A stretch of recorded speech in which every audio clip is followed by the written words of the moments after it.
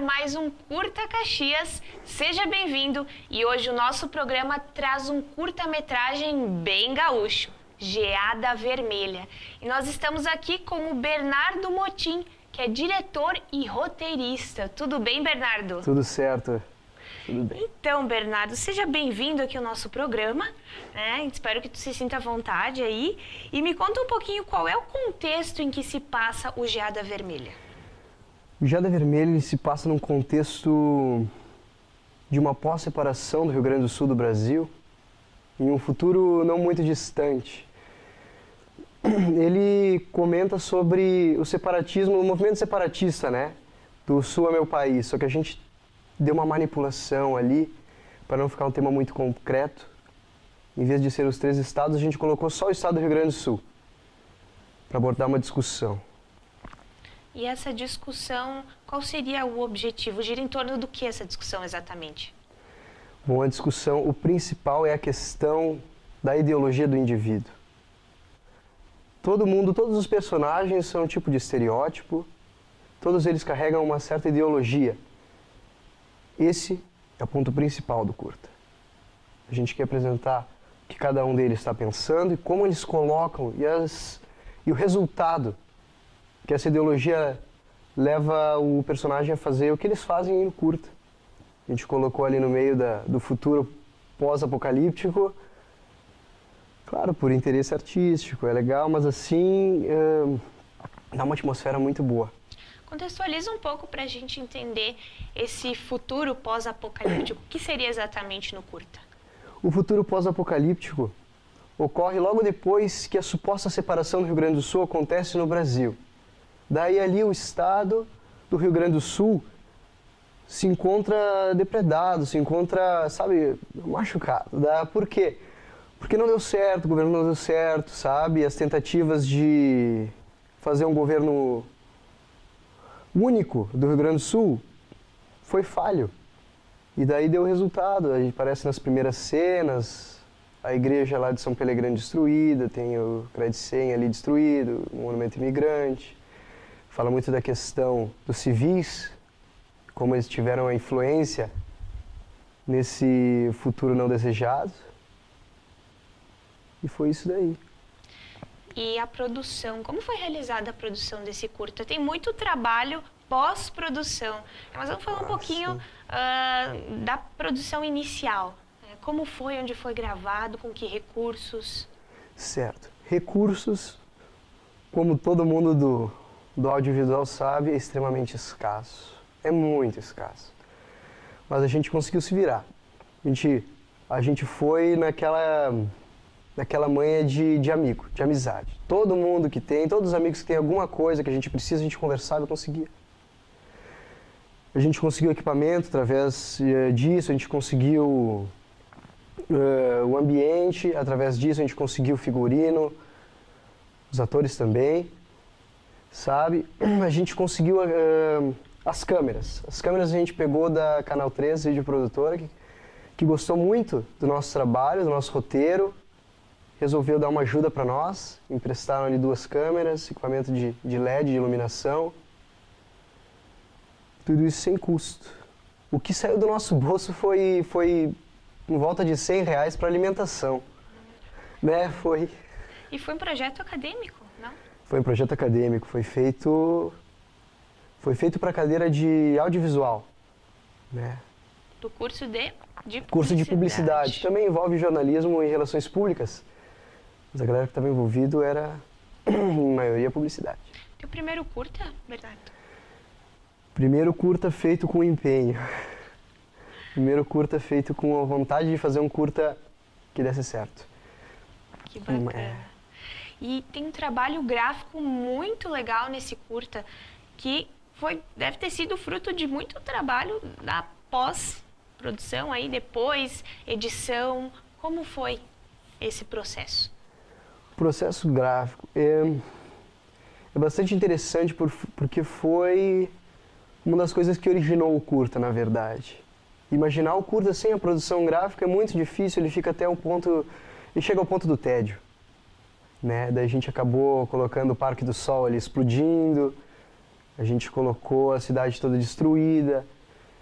Isso daí tem uma certa complexidade de ser feito, mas nada que o empenho não ajude. A gente acabou usando ferramentas do After Effects, do Premiere, com a Adobe ali, que estava no nosso alcance. E a gente conseguiu fazer. Demorou muito para fazer, demorou bastante para fazer. Só que seguinte, isso daqui não são vídeos, isso daqui são fotos que a gente acabou colocando uma movimentação no pós. As primeiras imagens são todas fotos. A gente colocou passarinho, a gente colocou fogo, a gente colocou fumaça, fez o movimento do céu, movimento de câmera. Mas dá uma impressão forte de que é um vídeo. Quanto tempo para produzir até o curta tá prontinho até assim? O corte final. Isso. Foram 4 meses. De 4 a 3 meses, bem puxados. Foi rápido? Foi rápido. Foi bem rápido. E as gravações onde foram realizadas, Bernardo? Aqui a gente vê que tem um cenário da cidade. Se passa aqui, fala do Rio Grande do Sul, mas se passa em Caxias. Mas tem outros cenários, como a casa onde estavam os personagens principais. Onde foi? Onde vocês procuraram esses cenários? Como foi esse arranjo? O cenário foi a primeira opção quando a gente decidiu que ia ser numa casa. Aqui em Caxias do Sul, no bairro Bela Vista. É a casa da minha tia. Casa da minha tia. Aquele sistema de empréstimos de amigo. Aqui a gente desmontou toda a sala que ela tinha, a gente produziu todo um cenário novo, botou os quadros, botou a mesa, tapou a janela lá de trás, tirou a TV, tudo para que facilitasse o processo da produção. E o Parque do Sol, ele é de certa forma algo simbólico no curta Geada. O que representaria exatamente o Parque do Sol ali no curta-metragem de vocês? O Parque do Sol a gente escolheu realmente por causa disso. O símbolo que ele tem atualmente, que ele sempre teve aqui em Caxias do Sul, ele sempre foi, no seu início ele era muito elitizado, né? Era uma sociedade seletiva que estava nele. Bom, agora continua em certa forma, mas assim, ele está na raiz de todo caxiense, né? Os caxienses conhecem o Parque do Sol. Pela mesma razão que a gente escolheu o Parque do Sol, foi a mesma razão que a gente escolheu a questão do separatismo. Para conseguir entrar no caxiense, conseguir criar raiz do pessoal de Caxias que estava assistindo o curta. O curta não tem o mesmo impacto com alguém de Porto Alegre, de Farroupilha, sabe? Foi para criar um vínculo mais forte. E a ideia de criar esse vínculo, de onde surgiu a motivação para trazer esse tema e para abordar algo tão local, tão específico? A motivação de por que é tão caxiense, porque a gente sabia que ia causar um impacto maior. Tudo bem, é uma produção pequena, mas a gente quer que as pessoas se identifiquem. E é muito difícil conseguir esse resultado se a gente abrir um leque enorme, sabe? Podia ser em qualquer outra cidade. Podia ser em qualquer outro ambiente. Foi aqui. E por ser aqui, para a gente também não ter recurso para gravar em outro lugar, a gente resolveu abraçar o que a gente teve e fazer um trabalho mais regional, sabe? Questão de necessidade também. E para ti, como primeiro curta, você comentou, né? Feito com muito empenho, e na questão também direção, roteiro, como foi essa experiência pessoalmente? Foi incrível. Foi muito boa. Foi mais fácil do que eu imaginei, sabe? Foi difícil, foi complicado, mas assim, as expectativas estavam altíssimas, assim, a gente estava pensando em algo que ia ser muito difícil de atingir. Mas, cara, a equipe ajudou muito, a equipe não deu problema. Sempre dá problema, todo mundo sempre diz que na produção sempre tem problema. A equipe foi incrível, muito bem selecionada. Todo mundo ajudou, sabe? E a galera do elenco são caxienses? Sim, a galera é caxiense, todos daqui. Todos são atores, todos já fizeram teatro, todos atuaram em algum curta, menos o gaúcho. O gaúcho não. Como é que é a história do gaúcho, A Bernardo? história do gaúcho. É o meu tio que está ali atuando, João Matos. Ele foi o primeiro que eu pensei, foi a primeira opção para ser o gaúcho. Por quê? Porque ele já está nesse meio, sabe? Ele declama, sempre que ele declamava lá em casa, todo mundo ficava emocionado e ele foi o cara que eu tinha na cabeça quando eu desenhei esse papel do gaúcho. Quase que ele não foi, ele tinha compromisso em todos os dias, daí por isso que a gente acabou gravando ele em outro dia, num dia diferente. Dia 18 a gente gravou os 4 atores, dia 18 de abril, e dia 26 a gente gravou o Gaúcho Avulso, só ele ali. Bem legal, a montagem fez com que não parecesse muito. Às vezes é um trabalho, para quem assiste, não parece que tem todo esse arranjo, todo esse... É isso aí, a gente sempre pensa em botar um resultado legal, né? As pessoas não precisam pensar muito, não. E nesse processo aí, sendo a primeira vez, né, um curta, uma produção, de certa forma, ali de 14, quase 15 minutos, né, se torna algo, também uma experiência desafiadora. Mas, se tu pudesse dar uma dica, qual seria, depois de ter passado por essa experiência dessa produção e roteiro de curta? Uma dica, foca na pré-produção. A pré-produção vai fazer a raiz do curta, vai traçar todo o caminho do curta, sabe? A pré-produção não é só roteiro e seleção de ator. A gente fez o storyboard, a gente desenhou todas as cenas, a gente fez um desenho, onde que a câmera vai ficar, posicionamento, a gente mapeou onde a gente ia colocar as luzes, sabe? Não só as falas, mas como a atuação deveria ser feita. Estava tudo no papel, tudo já à disposição. Daí assim não teve poucos empecilhos na produção. E é tudo uma questão de reduzir o imprevisto ao máximo. Então, tudo muito bem planejado. O ponto é organização, então. O ponto é organização, com certeza. E dificuldades, conta um pouquinho, deve ter tido alguma. Qual foi, assim, uma que você destacaria, né, para passar essa experiência para nós também? Dificuldade. O mais difícil é o prazo, né? A dificuldade. Foi um prazo muito curto porque a gente queria, pro resultado que a gente queria ter. A gente se apertou, a gente usou todas as horas disponíveis, sempre em função, era uma função diária desde a pré-produção, da produção e da pós. Foi assim o desafio. Mas sem um prazo a gente não ia conseguir fazer. A gente ia acabar não se empenhando da maneira que a gente ia se empenhar, mas com aquele prazo sendo curto, tem um prazo. E a gente respeitou o prazo. Teve dificuldades, teve imprevistos menores, teve gente que apareceu de canto, sabe? A gente estava sem uma parte da produção.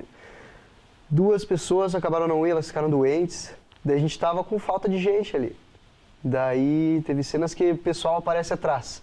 Tem muito mais pós-produção do que parece. A gente teve que bloquear com camadas, porque eles apareciam e não dava para gravar de novo. Mas todo esse empenho, né, e vendo o resultado, certamente é algo que deve te alegrar muito. Por isso, então, Bernardo, eu queria te parabenizar aí pela produção de vocês. Muito obrigado. Né, agradecer a tua participação aqui no Curta Caxias e desejar sucesso. Eu agradeço o convite, estou muito feliz de estar aqui. Isso aí, queria agradecer toda a produção do Curta. Foi incrível trabalhar com essa galera, cara. Não tinha equipe melhor. Muito bem, então, e agora chegou a vez de vocês poderem curtir Geada Vermelha.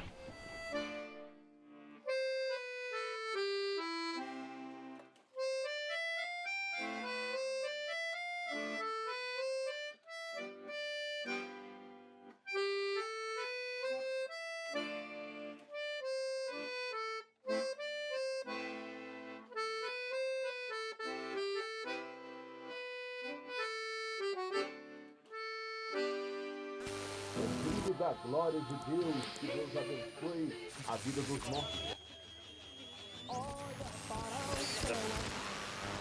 Bom dia, habitantes de Caxias do Sul. Agora são 7 horas 33 minutos. Terça-feira, dia 20 de setembro. Esta é uma transmissão informativa rotineira. Atenção ao comunicado a seguir. Hoje faremos a distribuição semanal de recursos básicos. As instruções para a retirada de seus recursos são as seguintes: comparecer ao portão principal do edifício Parque do Sol entre 1 e 3 horas da tarde de hoje, com seu ticket de identificação em mãos. Nosso Rio Grande do Sul data hoje 4 anos e 2 meses de emancipação política, da separação do grande parasita Brasil. Devido a tentativas de retomada do território pelo Exército Brasileiro, é recomendado que fiquem em seus lares.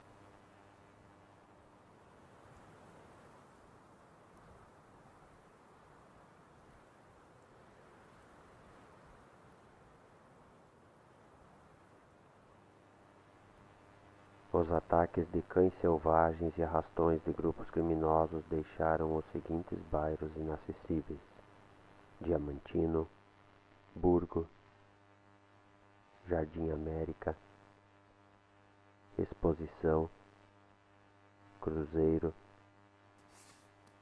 e Cinquentenário.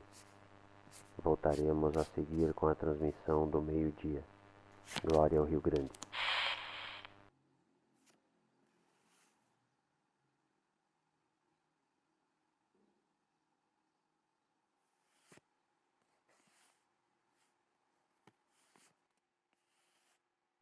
Tu não acha que ele já tá morto? Faz tempo que ele saiu pra pegar lenha.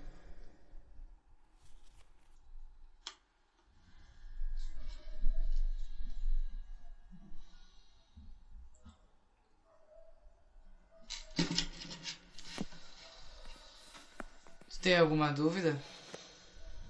É o segundo em 2 meses. Do jeito que tá, 1 por mês é sorte nossa. Mas o Andrade é soldado. Ele sabe se virar, né? Ele era um soldado. Agora ele é um guerrilheiro qualquer. Tu não muda, né? Desde antes tu é assim, arrogante e egoísta. O que tu quer dizer com isso? O senhor não lembra, mas em 98 eu trabalhei na sua firma. O pior patrão que eu já tive. Tratava os funcionários que nem um cachorro, além de sempre atrasar o salário. E quem que é tu pra falar isso? Um metidinho qualquer. Lembra que se tu tem alguma coisa hoje, foi porque eu te dei um emprego. Se tu tinha comida na tua mesa, foi porque eu decidi que ia estar lá. Seu ingrato. Nem todos tiveram as mesmas oportunidades que tu. Vocês, da baixa burguesia, são todos iguais. Se colocam em um lugar onde não estão. E marginalizam todos que não pertencem ao mesmo lugar que vocês. Olha o jeito que tu nos trata. Tu age como se fosse a mente superior nessa sala. E eu não sou. Olha o jeito que tu me trata. Toda vez que tu me direciona a palavra, eu me sinto subestimada. Como se eu não fosse capaz de fazer algo sozinha. Pera aí. Eu disse que ele é um... Eu não disse que ele tava errado. Eu trabalhei lá porque quis. E Elisa, a gente só tá tentando te proteger. As mulheres são fraquinhas por natureza. E você sabe disso. Mas na questão de organização vocês são muito melhores. Mas me fala, tu acha que só porque tu estudou história tu realmente é a mais inteligente daqui? Porque eu tenho é nojo de ti. Fica aí defendendo bandido, criando vagabundo. E a pior parte é que tu acha que tu tá certa. Quer saber? O sistema só tá todo quebrado por pessoas que têm essa mente que nem a tua. saber mais?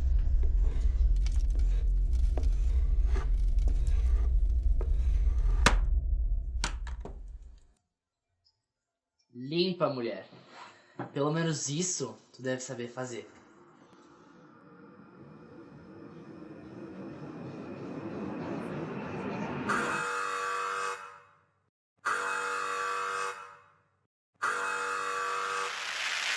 Alerta a todos os habitantes de Caxias do Sul. Alerta a todos os habitantes de Caxias do Sul. O edifício Parque do Sol, o pilar de nossa cidade, acaba de sofrer uma explosão.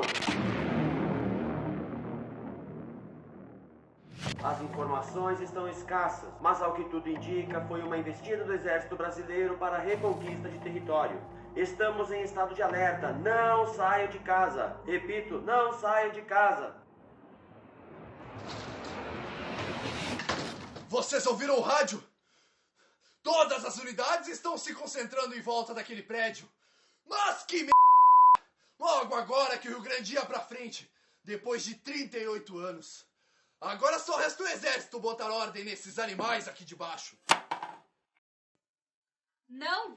Tem alimento para a cidade inteira lá dentro. Os médicos e os políticos criaram um problema de distribuição enorme.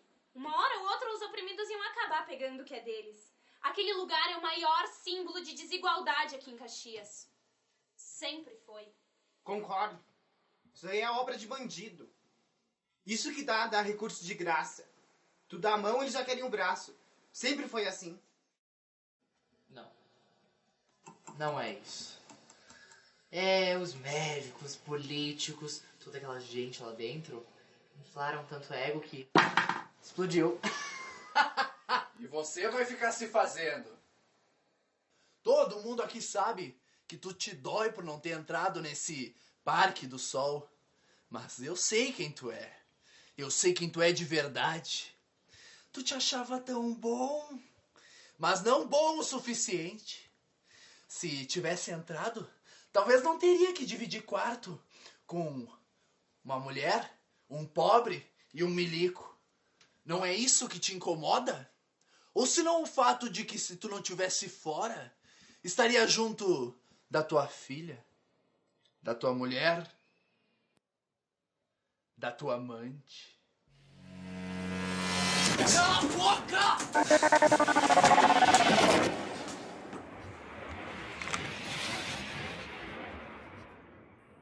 Eu acho melhor tu largar o teu amigo.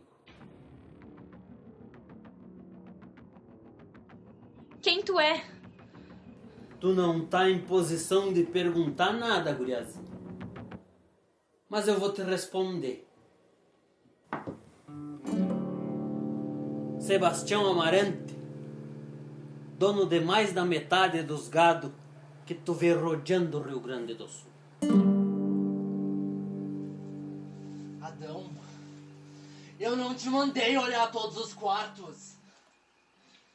Eu olhei, mas estava muito escuro o último quarto. Eu tava lá no fundo, pronto pra correr vocês daqui. Mas daí, vocês começaram a prosear alguma coisa sobre o Parque do Sol. E que bobajada! Eu tava lá até 2 dias atrás.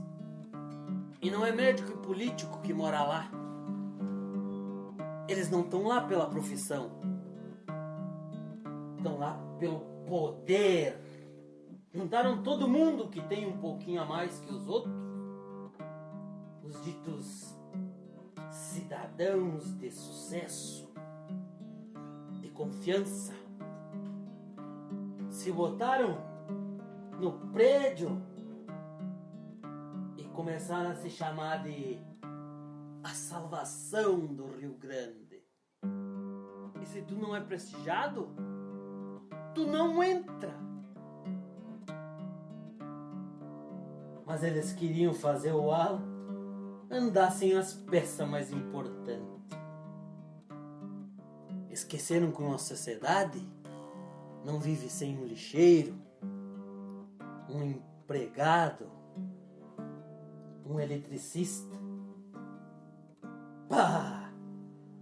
que falta fez um eletricista. O gerador de energia daquele prédio precisava de manutenção. Mas pensa se deixar alguém entrar lá para fazer o trabalho. Disseram que não podia arriscar a paz do lugar. Ninguém lá de dentro queria fazer o serviço. Não queriam se rebaixar. E daí? Daí foi tudo pro alto. Viu? Não foi o exército brasileiro querendo território. Não foi o povo querendo pegar o que é deles. Foi o próprio ego dos moradores. E olha só, será que esse também não é motivo do nosso Rio Grande estar do jeito que tá? A gente é deveras importante. Para mim, todos os países deviam ter um Rio Grande do Sul. Mas os outros são muito mais importantes para nós. A gente viu que sozinho nós não duramos um ano.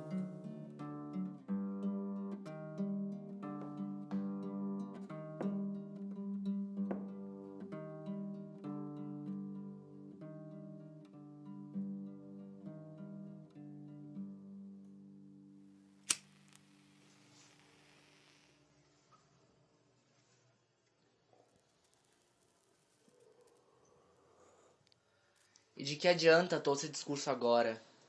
Não é como se tivesse mais jeito.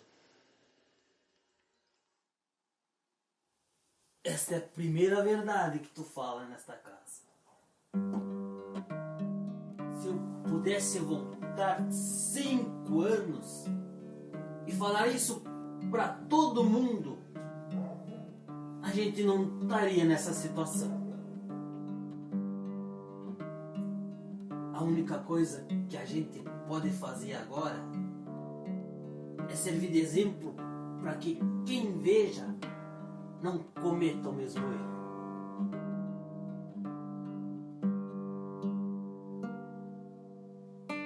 Que sirvam nossas façanhas de modelo a toda a terra.